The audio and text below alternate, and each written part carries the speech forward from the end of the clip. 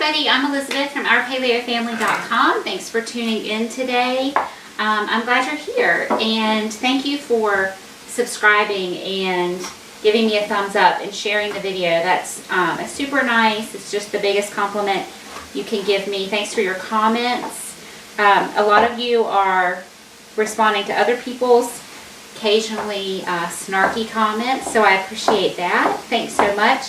So tonight we're making, this is Cajun fried rice. And on my stove over there, I actually have some cauliflower rice, which I will eat, and probably my husband will have some of that as well. And then I have regular white rice for my kids who don't love the cauliflower and need more carbohydrates in their diet. So if you want to keep this paleo and keto, grain-free, make yourself some cauliflower fried rice. So this is a great dish. It's really tasty. It's easy. It has a lot of veggies in it. We always try to get all our colors in every day. All the different colored vegetables have different nutrients in them.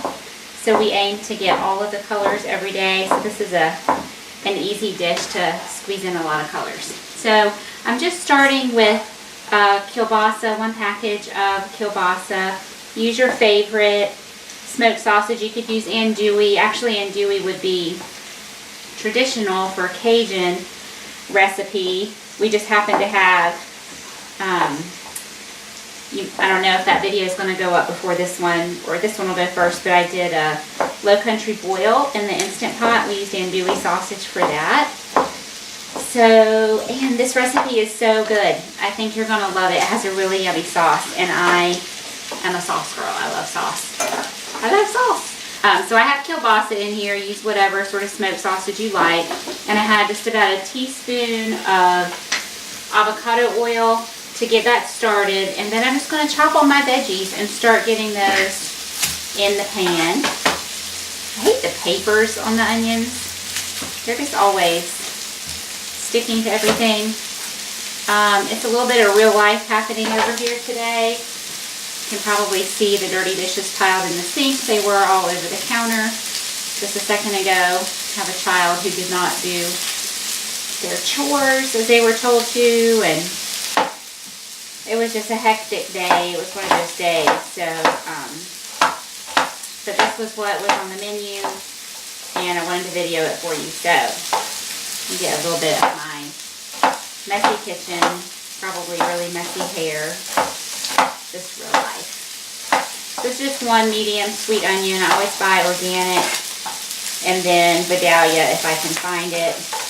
Other sweet if I can't find Vidalia. So you want your skillet on medium high-ish. You want to just start cooking down that sausage, and then we're just going to pile in all the veggies. I got to stir my cauliflower rice. Just a quick shout out to Liz. Hi Liz.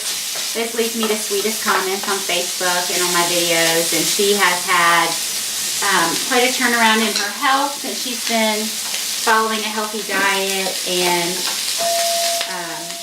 I'm proud of her. It's not an easy thing to do.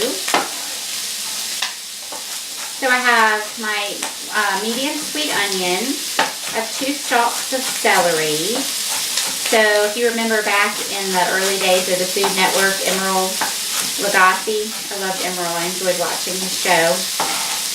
He's from, well, I don't know if he's from New Orleans, but his big restaurant was in New Orleans. And he was always talking about the Holy Trinity, which was bell peppers, celery, and onions, and that was the base of a lot of his dishes. So that's what we're doing here, and I'm using 4 different colors of peppers because I have them, and they're delicious. And again, we're trying to get in all those colors. So I'm going to just scoot my sausage over, start piling my veggies in my skillet.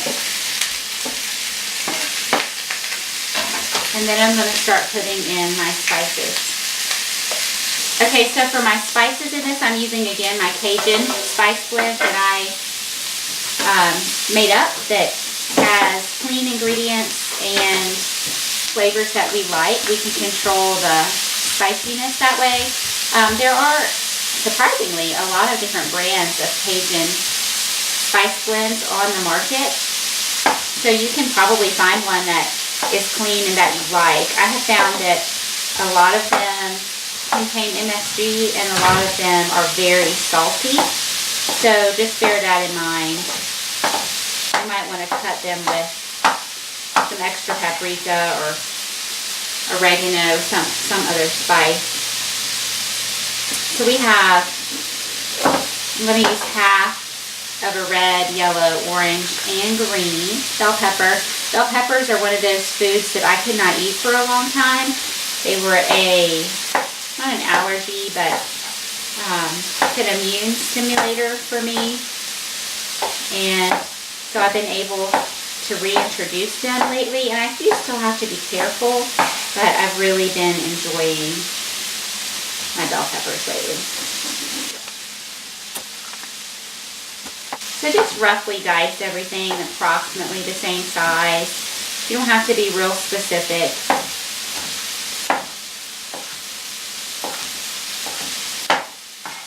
Let me give my cauliflower a stir. We're going to make a sauce, so I went ahead and fixed out my pan for that. I highly recommend, if you're going to use cauliflower riced cauliflower, that you buy it. It's just such a pain to rice it yourself. It gets everywhere, and it's hard to get it the right texture. I find that a food processor is the easiest, kind of neatest way to do it, but then it gets too small and the texture isn't great. So I just say save another way and splurge on some cauliflower that's already been riced. Of course you do whatever you want, but that's my recommendation. Okay, and then our last pepper is this green one. I'm ready for my garden. It's mid-March, kind of early March still, and we usually plant April 15th. So we've been out pulling weeds and prepping. I missed the time to plant peas, which my kids love, those snap peas. I usually don't even cook any. They just, when they're playing outside, they just pick them and eat them for snacks. But I'm a little late for that. But all my other summer veggies are going to be going in the next few weeks. I'm super excited about that. I would love to know if you garden, where you live, and what grows well in your area. So I'm in North Carolina. So in the summer we have tomatoes and squash, peppers. What else does well? Okra does really well here. A lot of herbs do well. Pumpkins, watermelon. Each year we grow some different kind of melon. Melons are a little bit harder. So I'm using, oh gosh, how many did I put in? I put in one. I want 2 teaspoons of my seasoning. You may want a little bit more. You may want a little bit less. I would do 2 and then see how the flavor is for you. Mine is not too salty, but I'm not using any additional salt. That's all my salt. Look how pretty that is already.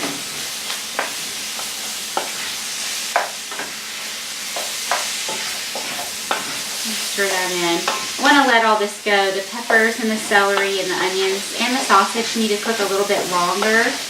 So I want to give that a little bit before I put my zucchini in, which is softer. And I also have 2 cloves of garlic that I'm going to smash and just chop up as well as I can with my knife. If you have a garlic press, or if you buy the minced garlic in a jar, I think sometimes it even comes in a tube, that's fine. Just use the equivalent of 2 cloves. They usually say a teaspoon per clove.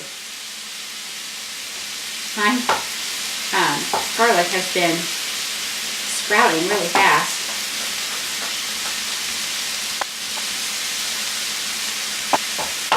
So I'll put those guys in at the same time. I'm going to get my sauce started over here. Just put this pan on low. And it's a super simple sauce. I think I had one child that did not like it. And the other one loved it. My husband loved it. I loved it.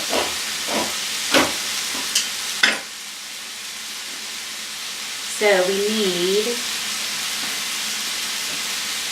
a cup of tomatoes. You could use diced tomatoes. I happen to have crushed in the cupboard, so I'm using crushed. So we have a cup of crushed tomatoes. I'm going to use a half a cup of real heavy cream. You can certainly use coconut milk instead, but I'm using cream today.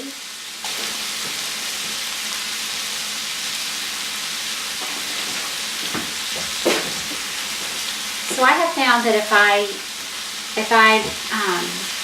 can find grass-fed dairy, wow, got some cream at the top. Ooh, yummy. My body does really well with that. So they had some at Whole Foods this week from a local farm. So I was able to snag some of that. So I've got the cup of tomatoes, those crushed tomatoes, tomato puree. Again, use whatever kind of tomatoes you have. You have some home canned. That will be awesome. Home canned tomatoes are always so sweet, you know, when they're fresh out of the garden. So a cup of that, half a cup of cream. We need a teaspoon of the Cajun seasoning in here, and that's just about going to tap me out. I'm going to have to make this one again. And a quarter of a cup of Parmesan.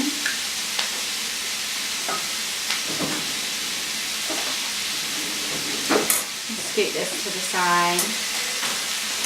It's been a crazy day. This particular day is a very busy school day for us. And on top of that, we meet with some other friends every other week to study some science together. And so it was Science Day.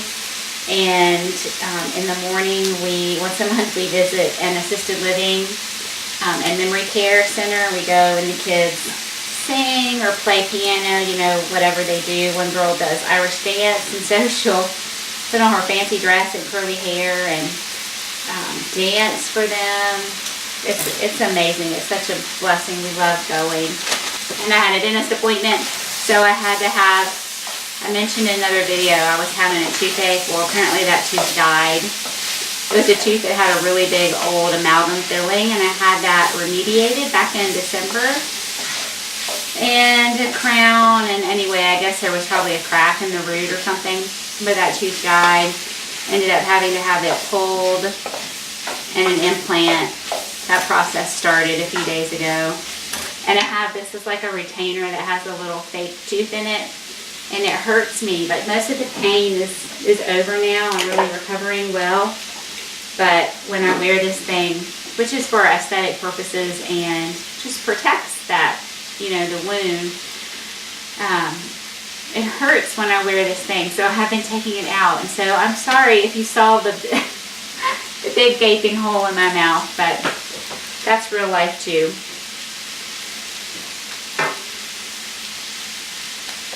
So I'm just adding my cheese. You saw that I did not measure. I just really eyeballed a quarter of a cup. And it may have been a little bit more. That may have been a little bit less. Do you smush it in the cup? Do you not? It doesn't really matter. Just a nice little pile of Parmesan cheese. And then also a half a teaspoon of salt in there. You know what? I feel like maybe that was a little salty last time. Let me put in a quarter of a teaspoon and I'll note whether that was a good level of saltiness. So then you have this nice pink creamy sauce. And if somebody in your house doesn't like it, all the better, because then that means there's more for you. Okay, so I'm going to put my zucchini in. Get my garlic right on top of that. And that's everything that needs to go in that pan. Okay, so I have an amazing product to share with you. Have y'all heard of Manuka honey? I'll link to it below. But it is this special kind of honey that, you know, all honey supposedly has some antibacterial properties, but Manuka honey is especially healing. Sorry, I can't talk very well with this thing in my mouth. And you can even apply it to a wound. Like, I've heard amazing stories from people I know, not off the internet, of a wound that was not healing and not healing and not healing, and putting Manuka honey directly on the wound, and it heals it. So I bought some of this to put on my implant area. I had to take an antibiotic because the tooth that was there got infected, and I just hate to take an antibiotic. It totally screws up your body. It kills all your bacteria in your gut, all that kind of stuff. And so I was still recovering from that round of antibiotics when I had the implant, and they sent me home with a prescription for an antibiotic. Like, oh, you know, I want to do everything I can to not have to take that. So I got some of this honey, and this what's so great about this one, I bought these on Amazon. It's the same brand they sell at Whole Foods. I know it's the same company now, but they didn't have this in the Whole Foods store, and it was a little cheaper from Amazon. And it was a box of these little packets like this, and you just bend it and squeeze it. So just a few times a day, I just squeeze a little bit out and just rub it right on there. But, you know, honey will last forever. So I put it in my medicine cabinet. So I have all these little packets. So they'll be great for, you know, if you're a backpacker or something like that, you just want some quick sugar, maybe run, you know, endurance athletes. But it is super healing. So stick it in your medicine cabinet next to your Band-Aids. I just wanted to share that with y'all. It's a really great product, and it was a decent price on Amazon. Okay, friends, this is all there is to this dish. You just get your meat and your vegetables cooked to your liking. So my veggies have a little bit further to go. So just continue to saute this until they're all cooked to your liking. Season it, taste. You want to add a little more pepper, a little more salt, a little more of your Cajun seasoning. And then there are mixers and there are non-mixers. So I grew up in a house where we had spaghetti, we put the pasta on the plate, and then the sauce went on top, and then usually Parmesan cheese. And then there are other people, I think my husband's family, they would mix the pasta and the sauce all together, and then it got served. I always liked the sauce more than the pasta, so I liked my family's way because I could, you know, I felt like I could get more sauce. So you can do this dish exactly the same way. So I've cooked my rice separately. If you're doing cauliflower rice, you can just put it right in here as part of the vegetables and cook it right along with that. It's totally fine. You'll need a big pan, that way, a bigger pan, like a Dutch oven. But that's totally fine. Or you can leave it on the side, so you kind of have a base of rice, and then you put your meat and veggies on, and then you just drizzle your sauce on. You can mix your sauce in with it. I'm not going to do that since I have a sauce hater in my house. But that's it. There's the meat and veggie part, there's the yummy sauce, and then there's the rice. So I'm just going to let this go, and I'll show it to you all together when it's done. She'll just be in a couple more minutes. So I just took my teeth out, Grandma, and just kidding. So I just took my teeth out and tasted, and I will say that I think 1/4 teaspoon of salt was just right for this sauce. And you just want to heat it till you want the cheese to melt. Okay? And then get that on low. I tasted my meat and veggies, and the spice level is perfect. I think it needs a teeny bit of salt, knowing it's going to go on rice, whether it's cauliflower or the grain. It needs some seasoning. So I'm going to just sprinkle in 1/8 teaspoon of salt and no more of the Cajun seasoning. But please know, you don't have to write this down while you're watching. I have all the recipes written up for you on my website, which is linked in the notes section below. So you can just sit back and enjoy watching and then go print off the recipe. So I hope that is easy for you. And this is perfect to me now. The veggies still have some texture to them. They are not mushy, but yeah, they are cooked. Right now I actually need softer things, so maybe got them a little softer than normal. My sauce is ready. My rice and cauliflower rice are ready. We just need a family to be ready, and they're not home yet. So when they get here, I will plate this all up for you and show you how pretty it is. But this is definitely a 30 minutes or less sort of meal, totally paleo. Keto, yes. There are a lot of veggies in here. Most of them are non-starchy, and we have a little bit of tomato, which is a higher carb vegetable. But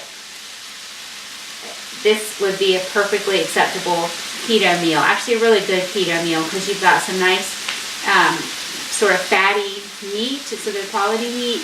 You have a rich sauce, and we have a lot of vegetables. So if you're going to eat regular rice, no, then you're out of the keto zone. But as long as you stick with the cauliflower rice, totally keto, not autoimmune paleo with all the peppers and the tomatoes and stuff. There's no way to make this autoimmune paleo. You would lose the integrity of the dish. But straight up paleo, yes, absolutely. Alright, here we go. So here's my cauliflower rice. This was about a third of the big bag from Costco. And I just put about a teaspoon of avocado oil in my pan, heated it on medium, because it usually freezes into big chunks, that one from Costco. You can bang it and break it up, but I just dump it in the pan, and as it cooks, you can break it apart. I sprinkled in a teeny bit of salt and pepper, just a very tiny little bit, so it wasn't completely bland. So then put this in your dish, and I just cooked it until it was all thawed out and was starting to get a little browning on it. So I'm going to fix this one for my husband. I'm going to scoop the cauliflower out, and I'm going to get him some regular rice. And I'm going to photograph this dish, so I'm going to hide the regular rice. That way nobody will know there's rice under there. So there he gets some regular rice, and then just a big old serving of all the meat and veggies. Spatula might be better for this, but we make this work.